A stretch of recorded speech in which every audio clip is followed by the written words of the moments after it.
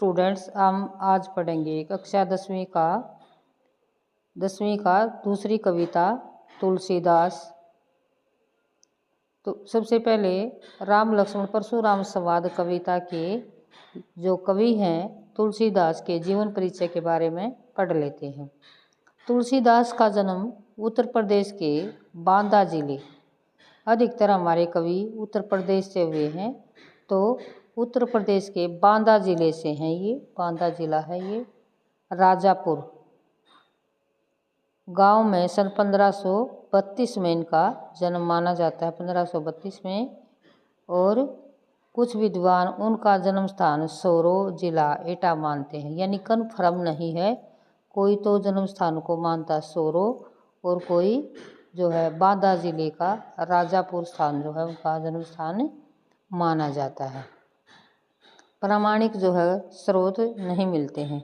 तुलसी का बचपन का जीवन जो है बहुत संघर्षपूर्ण रहा।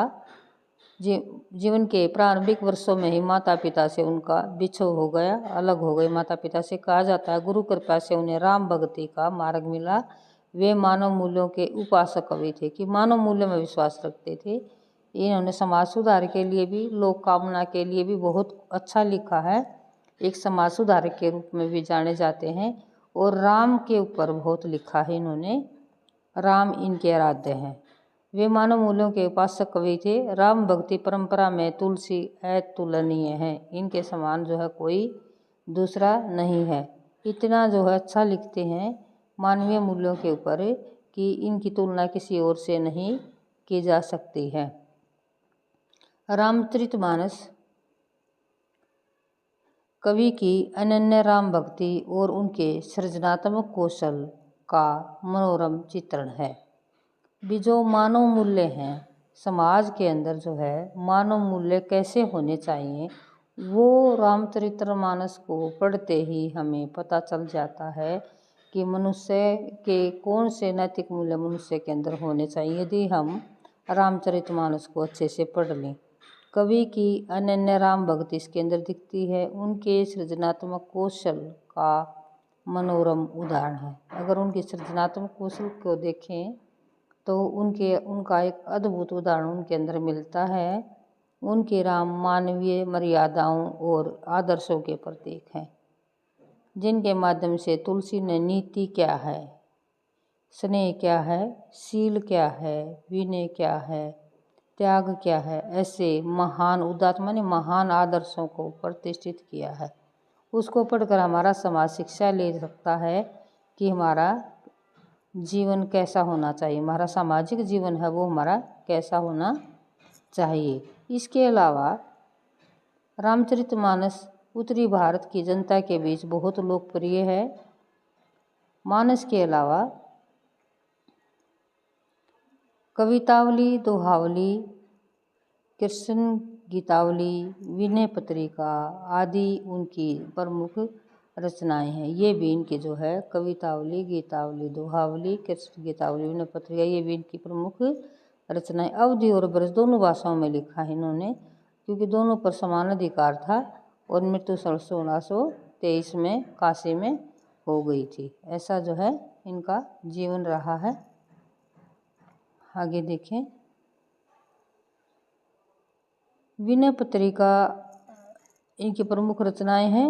और तुलसीदास ने रामचरितमानस के अंदर जो भाषा है वो अवधी भाषा का इस्तेमाल किया है। और विनय पत्रिका और कवितावली की रचना ब्रज भाषा में की है। देखो, दो भाषाओं के ऊपर इतना अधिक जो है अधिकार पा जाना एक सामान्य व्यक्ति की बात नहीं है, बस की बात नहीं है। अवधी में लिख रहे हैं रामचरितमानस को।